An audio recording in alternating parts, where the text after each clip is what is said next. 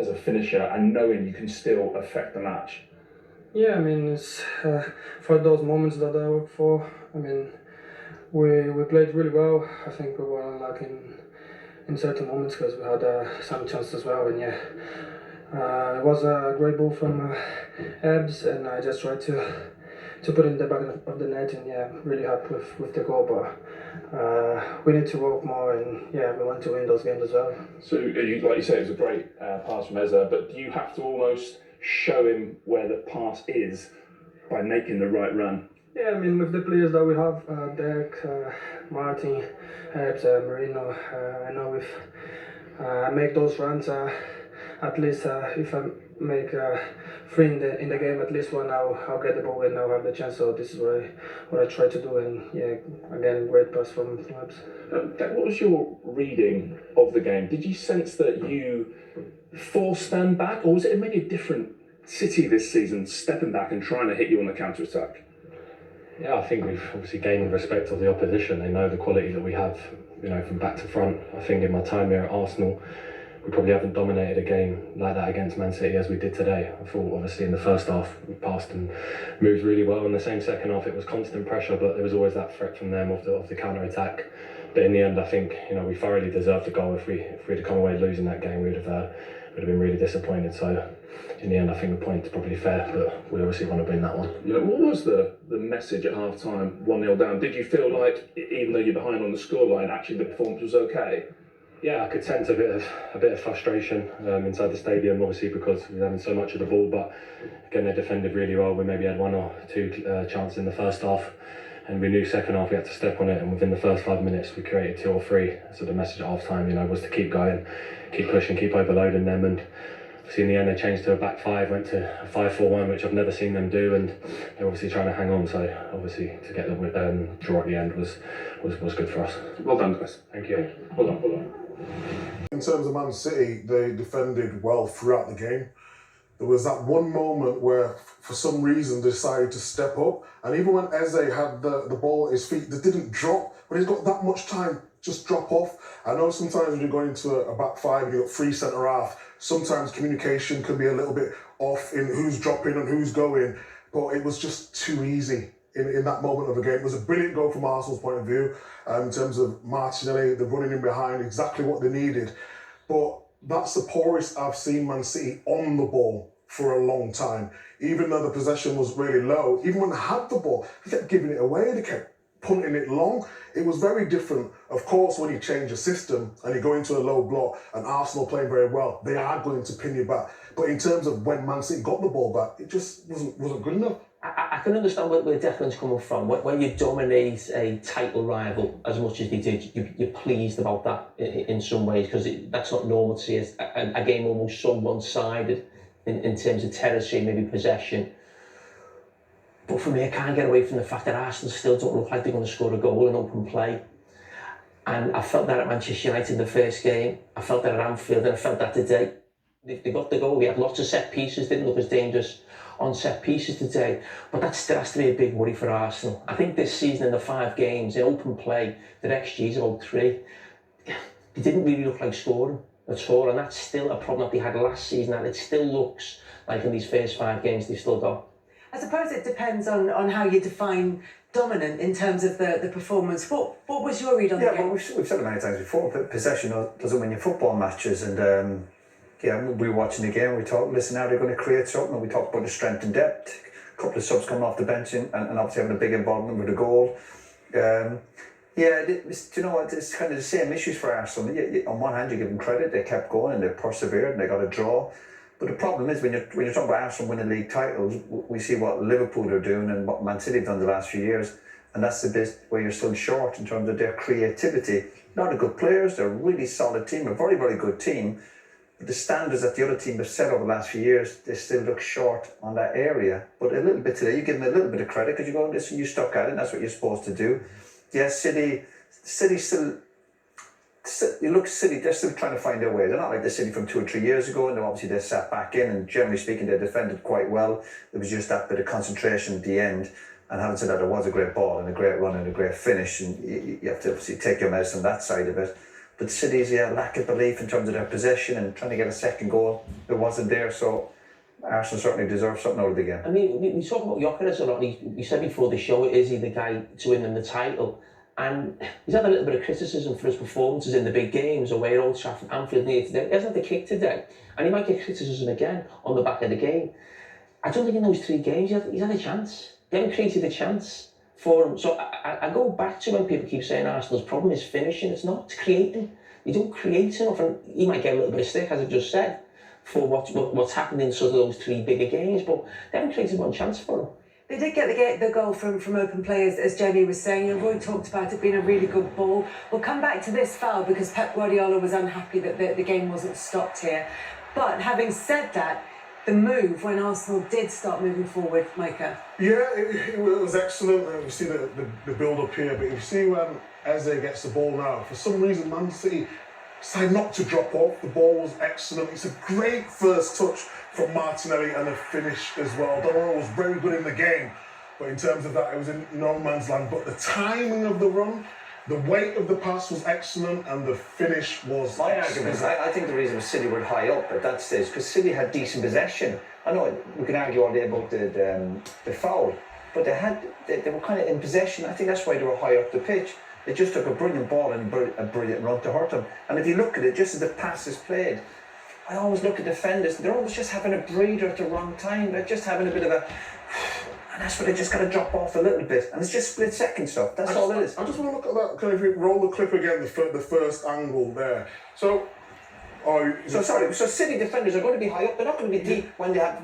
So yeah, but now okay. So now you're pulling it up. Now then, Eze. As soon as Eze gets the ball, if we just slow this down a little bit here, you're thinking now he's looking up, you're looking at the runners, you're looking around you, now you drop off, and they've just mistimed it. If they was 5 yards further back, I agree with you. I don't know an extra 5 yards, but I think a split second, just drop a yard or two. Drop a yard or two. As soon as he's on the ball there, James.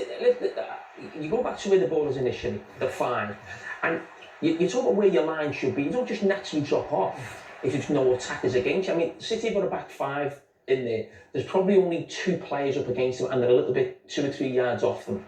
So you just watch it now, and we always talk about time on the ball. You've got to drop off. Okay, and he was in possession, Jamie. That's key. Exactly. But if you actually look at, you're right, Roy. Manchester City are not going to be on the edge of their own box now. Okay. So you look at the situation, who's at the top end of the pitch. You've got Martinelli there on the last line. I think it's Zubamendi just off the 2 middle centre-backs. Now, he makes a run from 2 or 3 yards deeper there, Martinelli, and Aki doesn't go with him, and Guardiola doesn't see him. It's not about the 2 high up the pitch. Look, if you just take that back, sorry, I was ever doing just take it back now. Stop there now. So, Aki's got a yard on the attacker there, Martinelli. Guardiola's got a yard or 2 as well. You don't go back and give him sort of 5 or 10 yards they can get into the feet. No, but you do. As soon as he's got his head up, Jamie, as soon as Eze gets his head up, that's when you run so back. I'm saying And I agree with you. If you just stop it there, we were talking at Man City in the game. They went to a 5. It's too late. Look at the reaction. It's too late, but they went to a 5-4-1, and we was talking off air that Man City defended really well. And the puck is coming, the corner's coming. Man City dealt with absolutely everything. At this moment in the game, 90+3. I totally agree with you. When he's got his head up, he's supposed to drop off. But why even give him the chance to do that when you've defended so well throughout the game? Is my point, you know? No. Listen, I get that, Mike. I just think Ake and Guardiola have just not dropped off earlier. Agreed. But this idea that they should have been 10 or 15 yards deeper, I mean, someone can just get the ball into the feet between the lines. But listen, the goalkeeper was fantastic. They deal with set pieces. He finds himself in no man's land. He really does, because let's not forget, it's a brilliant finish. But for me, whether that's a foul or not, the referee, we've seen up here, he put his whistle to his mouth twice in that situation. And that's the point that I think Pep Guardiola was enraged about early on. I mean, look, it leads to the Arsenal goal. There's still an awful lot to do here, and as you said, it's a very good finish. But should the game have been stopped here? it looks more of a foul than not a foul to me, if I'm being totally honest. And I've seen the referee really think it. He went twice with his whistle to his mouth, and I don't think the Man City players appealed enough for it. I know it sounds a silly thing. Well, VAR thought that Gonzalez stepped on Calafiori, that it was the other way around. Yeah, no, I can see also why the referee. I can see why Pep's complaining about it, because ultimately it leads to a goal. But no, I'm not too bad with it. I think this is just two players coming together. And it's also possible that the reason the referee had the whistle in his mouth and didn't blow it is if he thought the same as the VAR did, that it was a foul on Calafiori, on the Arsenal player. I don't think it's a foul on Calafiori. I think if anything, it's a foul on Nico Gonzalez. And in that moment there, when you've got a split second to get your body shape right and everything, and then you're on the back foot, maybe that was down to the positioning, but it could have went either way. And in the end, it went the way that allowed Arsenal to get back into that game with the equaliser. But they had to do it, as we said, from 1-0 down.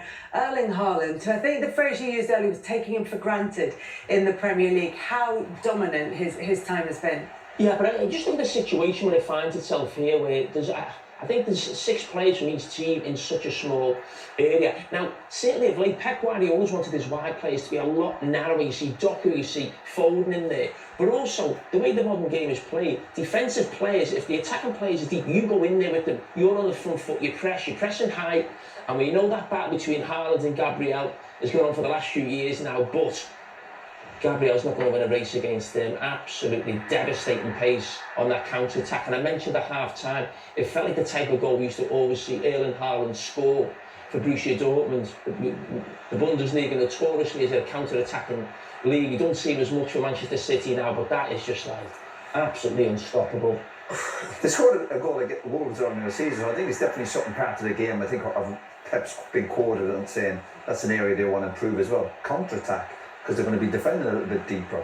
But that was this. I love watching this. This is unstoppable. You don't know about players, and we talk about brilliant Haaland is in around the box, but that's just power, determination, and the calmness at the end. Fantastic. Those first half performance was brilliant. It was amazing. With Reijnders in this position, Roy, you see he's not really looking at Haaland. Is that almost like a deliberate? Yeah, I think so. He's waiting, and he's biding his time, of course. And again, it looks so simple, but very difficult. Just to get that time and pass so he doesn't get him offside. And obviously he's waiting for the defender to suck him in enough. The timing and the weight of the pass, fantastic. Particularly doing it at that speed. I don't know if you can see that first angle again. Sorry, but just from you played in the centre half position. He's going to be knackered, the fella. we want the details of that, because you've been a centre half, and I played there. I was more right back, Jamie. But with Gabriel there, if we just hold it there, he normally gets nice and tight there. What is the reason for you he doesn't go tight to Haaland there and just wipe him out and take the foul? Probably because there's just so many bodies there. There's just that many people in there. You sort of get in there and you're thinking, oh, I don't... Does he have to be that high up there? But that's what they are, aren't they? So if you're going to go that high, you might as well go all in. That is the point. We're criticising the City defence for the goal for not dropping off. Why is Arsenal centre-half getting drawn into that? Almost sometimes you said defenders, mind your own business. Let the midfielders deal with that. Look, why is he leaving so much space? Mind your own business, drop back a bit. No, it's too late. Once he gets drawn in there, he's just been a busy bee for no reason, and then he's running back. When you look at his striker's number at Haaland, you're like, oh my God, not him, because you know he's going to punish you. But why is he going in there?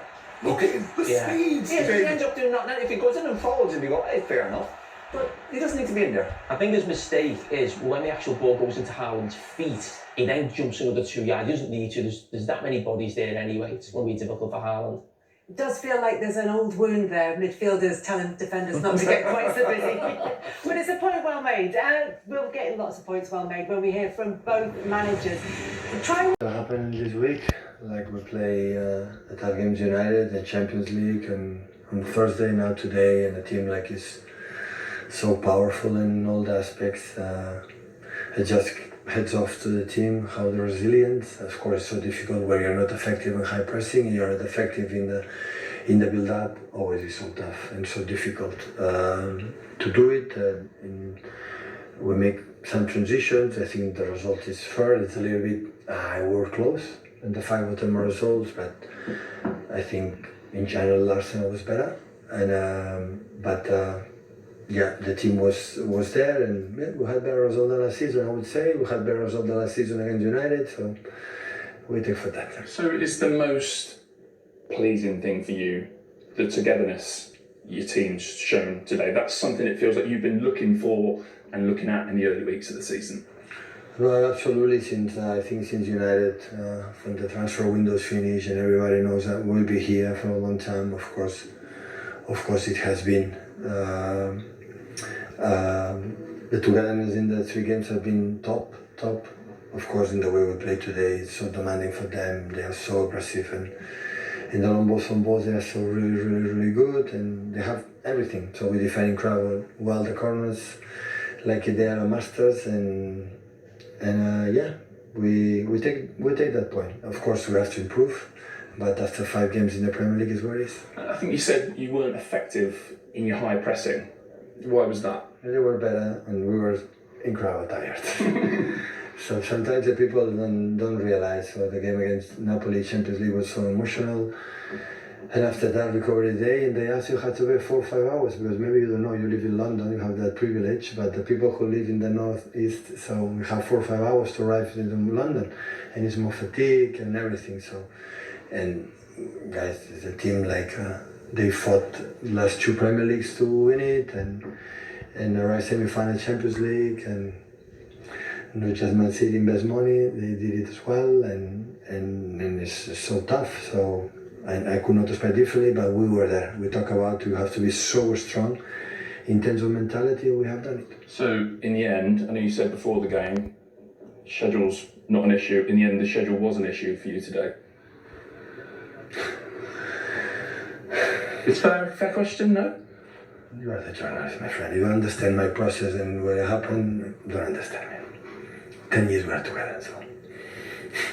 Honestly, so of course it's not effective. The mindset has to be strong, but we have a lot, fatigue with the same players. We have, how many injured. John came back for the injured for the national team for a long time. We have Cherky, we have Rainuri, we have Nathan had been out as well most of the time. So we have to put a lot of players maybe forget the rhythm. Kusanov was injured with this kind of positions with the pace that he has. We don't have it.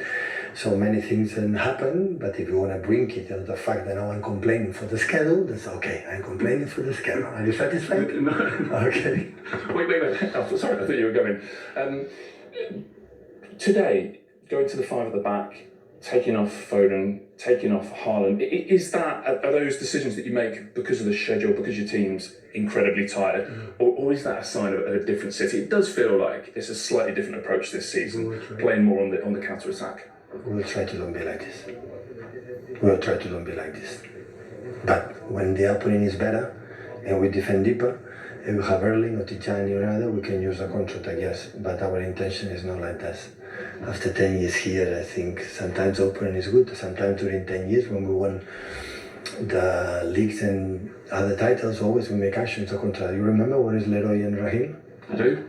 You remember how many counter-attacks we did in that with Kevin? You remember? Yeah, with the quality. I would have preferred not to do it, but you cannot expect in this level to do it, so it's impossible. So that's why take a point, and it depends on the game. You have to try to adjust players and do it as fast as possible. Thank you. The City players there's some level of fatigue from the game being played on Thursday night against Napoli in the Champions League. He's saying that there is also not necessarily complaining about the schedule, that's absolutely what he did not want to say, but he's saying that may well be one of the factors. He's also talking about their approach in this game, which I thought was interesting, because although he's right in that they have counter-attacked beforehand, certainly with the players that he mentioned, this looked like a different kind of City, and it's been evolving in that direction. Yeah, I think it was a different type of City, and the possession stats tell you that. When you come to the game today, for as good as Arsenal have been or started this season, you expect Man City to dominate the ball. In the second half, he changed that, went to a 5-4-1, and went for more a transition-based football, which we're not seeing, or not used to seeing with Man City. But I understand what it means in terms of Arsenal were the better team today. They dominated the ball. They just couldn't do what they needed to do in the final third. And he adapted. How many times have we been on Saturday and Sunday or Super Sunday and saying that managers need to adapt? That's not Pep's style of play. That's Mourinho's style of play, isn't it? Or Allardyce started styling of play. But it Everything can comes be, back into fashion but eventually. it can be effective. As we saw, it was just that one moment of not concentrating that got caught out. But in terms of the schedule, I mean, there's players on the bench that Man City could have played today. They've gone with the same team as they did, obviously because they was playing well. In the derby, they did really well. Against Napoli, it was a tiring game because they've sat really in the low block and Man City had to try and unpick that. And then today, Arsenal just had too much energy for them, so he adapted to the game that it was today. The back five or defended deep was a success to a certain extent, except for the goals. Oh, yeah. Because Arsenal didn't create anything. But almost 90% of teams play like that when they'll play against an Arsenal away from home. But they had no counter-attack. I know the goal comes from the counter-attack in the first half, but there was nothing in the second half where they really created any. So there's no problem playing like that. But there was so much pressure on that back five or, Manchester City defensively because they never got a breather at all. I mean, probably, we thought it was strange bringing Erling Haaland off because he's always got the goal first half, but Doku was fantastic and he wanted another midfield player on. Again, that's not Pep's way of doing things, but the thing that will disappoint when we were saying it in here, we've never seen a Man City so poor on the ball and causing the opposition problems, even on that counter-attack. So is the focus then, if we're focusing on the wrong thing, if we're focusing on Manchester City defending deep, being in the low block, should we be focusing on that, what Jamie's saying is effectively sloppiness? Yeah, we felt that, but I still think there's been signs City have obviously improved certainly over the last few weeks. And they had obviously a big result, beating United, then beating Napoli, but fatigue and the challenges of trying to win league titles, but that is part of the challenge in playing football matches or players going the extra bit, which City have done over the years. So I'm surprised with Pep. If you're talking about fatigue in schedules, we're in September and they're on the back of 2 home matches, and the United game they were fairly comfortable beating United eventually.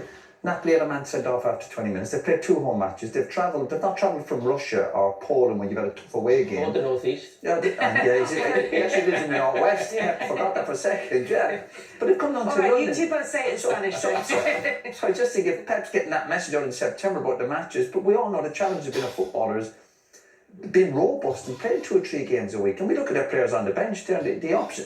I'm sure there must be other managers in the Premiership looking at Pep thinking, Pep, if you think you've got problems with schedules and the strength and depth, my goodness. So I kind of didn't like that angle Pep was coming from. The whole point of sitting deeper and trying to play on the counter, that is fine. I love teams doing that. But the problem is City didn't have that get out. They didn't have that swagger that they had a number of years ago. You mentioned players like De Bruyne. Of course, they haven't got that quality at this moment in time. But I still think City, both teams will come away with something. City did show a bit of fighting spirit. They dug at it. And another minute or 2, they would have got the job done. And then you give Arsenal credit because they stuck at it, they persevered, and they showed real quality. So we were lucky to see 2 brilliant goals, really. Brilliant goals, counter-attack and then the ball over the top. So I think both managers will be fairly pleased. But I'm not really having Pep talking about fatigue and the schedules. We're into September. And again, on the back of 2 home matches, and they've travelled on to London. Pep's a big boy. I'm sure they can deal with that. We'll also be focusing on how much of the way that he set up was a response to what he saw as the threat from Arsenal. We'll be hearing from Mikel Arteta on that. But there's also a live Think at them, pile the attacking players. Hated them, and I'm very disappointed with the results. What did you make of the first half? Well, we started incredibly well, so dominant again. We were playing in their half, and we didn't allow it to breathe. But in one action, that was very chaotic because the ball bounces, there's a duel there, we lose it. And suddenly they find themselves 3v2 in open spaces, and they are lethal there, and they finish the action with the quality that they have. After that, we had 5 shaky minutes that we have to reset mentally because it was so unfair to concede a goal with what we were doing. And after that, we just completely dominated the game again. Do you have the sense that it was an unstoppable goal? I mean, think back to the Szoboszlai goal against Liverpool. I mean, it's a different kind of goal, but there's always things that we can do better from the beginning. The way we deliver the cross when we have an overload in the back post to a defending organization after. We made it a bit easy for them, but the speed, the execution, the quality that they have as well, you have to congratulate the opponent. So you obviously changed a couple of players at half-time. Alongside that, what did you say to your team? Let's continue to do a lot of the good things that we are doing, reset mentally, because the game is there for the taking, and if we will continue to do that and improve two things, especially that we have to do a bit better to give ourselves better chances and more momentum, we're going to score the goals, and we're very close to that. What were those things, Mikel? That's a state in the dressing room. Right, fair enough. You talked before the game, in fact you've talked all season long about finishers, having guys who can come on and affect the match. Eze's ball, Martinelli for the second time in a week. So is that a really pleasing thing from today? Those guys having the right mentality and obviously the quality to come and affect the match. Very pleasing. The ones that didn't play in Bilbao, like Willy, for example, and Leo, that they get the chance to play and they play at the level that they did. The ones they didn't, Gabriel probably deserved to play, he didn't. And instead of mourning, he comes with an unbelievable energy to help the team to get a point. Epps the same. And every player is going to be doing that because we know how difficult and tough it's going to be, and we're going to need everybody at the best. I know you said you're disappointed with the result at least. How big a point though might that be? I don't know, but obviously you cannot win it, at least don't lose it, and we created an unbelievable moment to score the goal, but the overall feeling, because I know how hard it is to do what we've done on the pitch against Manchester City with that level, with that coach, I wanted more reward for the team. Have you seen them like that, like they were particularly second half in a 5-4-1, Stones comes on, Aki comes on for Foden, it feels like, I don't remember seeing City really like that. I think they had 34% of the ball. Well, I think every team tries to do their best to get the results, and that's it. Just tell us a little bit, when you look back and you think back to the second half performance, I know it's easy for guys like me with hindsight, but do you look back and think, I wish the team that played or started the second half and started the first half? As you said, you define it really well. It is easy, but why? Okay, but why not? Because I mean, I don't understand your team and the game as well as you do. So why not? Why not start? Reasons to do that, but it's fine. We changed it. We made the players and the game that we wanted when that game was required. Before it was required a different game. Thank you. Thank you so much. Thanks, Mikel. We'll talk about the timing of the substitutions and come back to that point that Pat asked Mikel Arteta about in just a second. But one of the points he made that struck me was he said if we create momentum, we will get the goals that we deserve. Did they create a lot of momentum in that game, Arsenal? We looked at how much possession they had. Did they also have momentum, do you think? I think there was a little bit of momentum in the crowd, but in the final third, I would say no. There was question marks with Trossard starting. I thought he would have went with Eze, although he didn't do well in the Champions League in the week. And then he brings off Marino as well and brings in Saka, understandably because he's coming from a hamstring. And I was always against what Jamie used to say is Arsenal just want to play to draw the game when they're playing in the big games.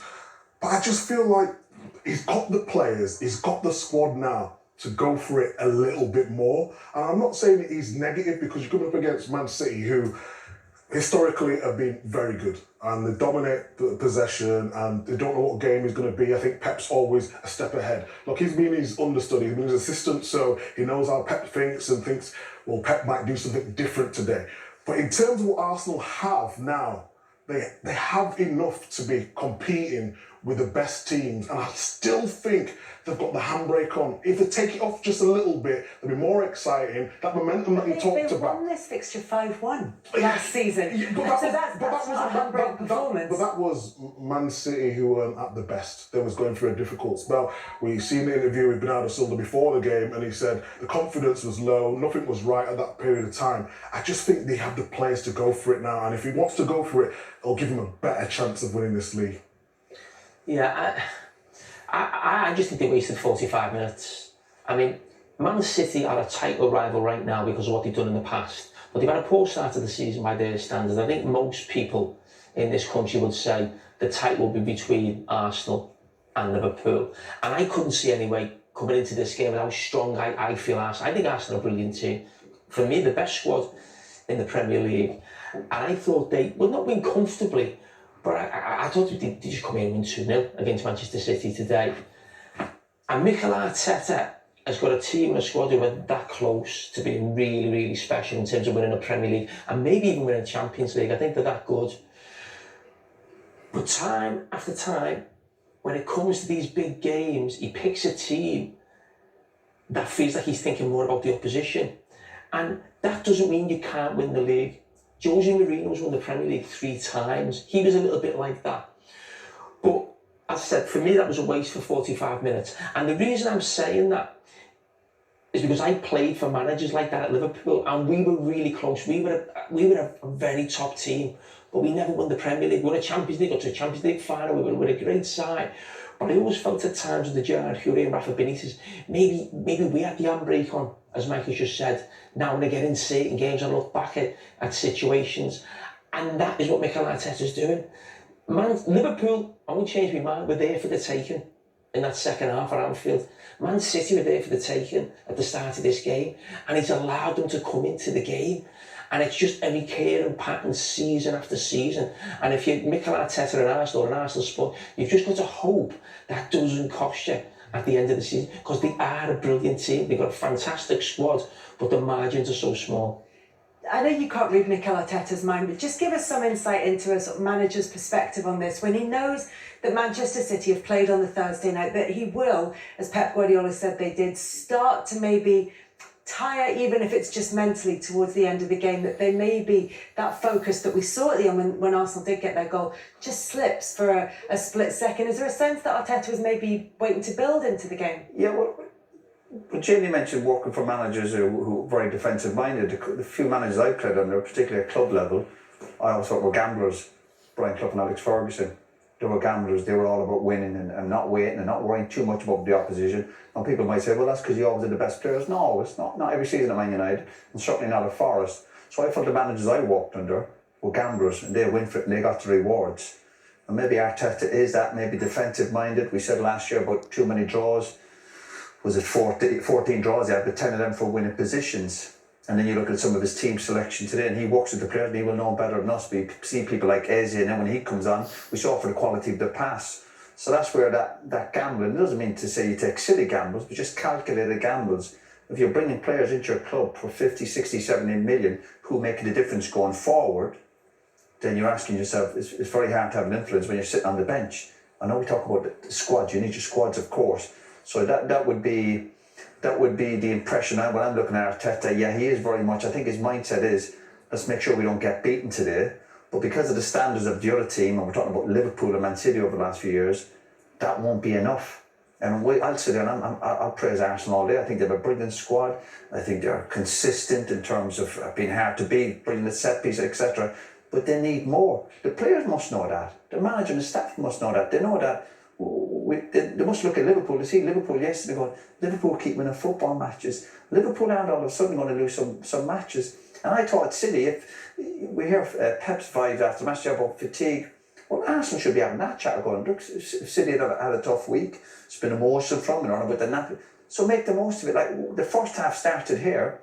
Again, they'd 1-2 shots on target. When you're the home team, you have to put them under pressure. Where City are coming, if they are a little bit fatigued, we go after 10 or 15 minutes, go, oh my God, I went for a long day. Now Arsenal did get the rewards, but they got the rewards toward the end of the game because they are going to gamble, they are going to chase the game. The home teams are going to do that. But that's also on City, where City didn't have that counter-attack. You were a big figure at Manchester United, the captain of the club, and you're saying the two managers you played were always on the front foot. But if you were getting managed by a manager who you felt at times was holding you back a bit, would you speak to a manager about that? Would you be sort of driving your team or question the manager? I'm not sure. Because, again, fortunate the club managers that I worked for, I wasn't necessarily for me to go and do that. And I was a young player, particularly with Brian Clough. But what I don't know, Jamie, it's a good point. I think sometimes if there's some good senior players at your club or at international level and you feel you can do a bit more, yeah, you would do. But I never had to do that because at club level, the managers were always, I felt, their mindset was always, even with 10 or 15 minutes to go, and depending on the situation, if you get a man sent off, you're up against it. Listen, we've all stopped there and go, listen, you take the draw. But if you know too many draws won't get you anywhere fast, particularly when Liverpool are setting such high standards, and Man City did for a number of years where Arsenal were competing with them. So they have to change that mindset where, again, particularly if they start again today, let's go at them. As if they're waiting for something to happen. They've got the quality, they've got the strength and depth. What are they waiting for? Have they got that belief? I said that before the match. Do Arsenal have the belief they can go and take City on? And even Rice after the game, they're getting interviewed in Arteta every week says he's proud of his team. I'd like for him to, he was proud at Old Trafford when it won 1-0. I'd like for him to come up one time and go, no, I expect more from my players. We're Arsenal, we've a big squad, we've spent a fortune, we're going places. Instead of every week going, I'm proud of this and I'm proud of that. You kind of get proud of your team when you're winning trophies, and that's the next step for them. But it's the hardest step. But when they're looking at Liverpool and seeing what Liverpool, for example, we're up at Newcastle. You're trying to compare manager situation. Liverpool were 2-0 up. And they threw away then 2-2 against 10 men. You're going, are Liverpool going to hang in for a point? The manager wasn't hanging in for a point. He's throwing on young kids going, no, we're going to win a game of football. So Arsenal have to look at that and go, do we be proud and say that we're proud to get a draw against the Man City team who aren't at their very best? He has to be a bit more critical and say, we need that extra bit if they're going to win the league title. Or come the end of the season, we'll be sitting there going, Arsenal have a decent season. Yeah, they were second, but they've been second the last 2 or 3 years. Arsenal can't afford for that to stop them. As I said, the squad is fantastic. They've got some of the best players in the league, some of the best players in Europe. When you look at sort of the players on the pitch, they're so close, and they can't afford situations like that to come back and haunt them as it has done year after year. And of course, the timing of the substitutes, like you said, they're looking for that late goal. Martinelli comes on 80 minutes, and Arteta. Well, you're chasing the game then, Kelly. You're chasing the game. Obviously, the manager's going to take a gamble. He's going to make some change, and he did obviously at half time. He didn't wait too long. But why wait? Do it at the start of the game.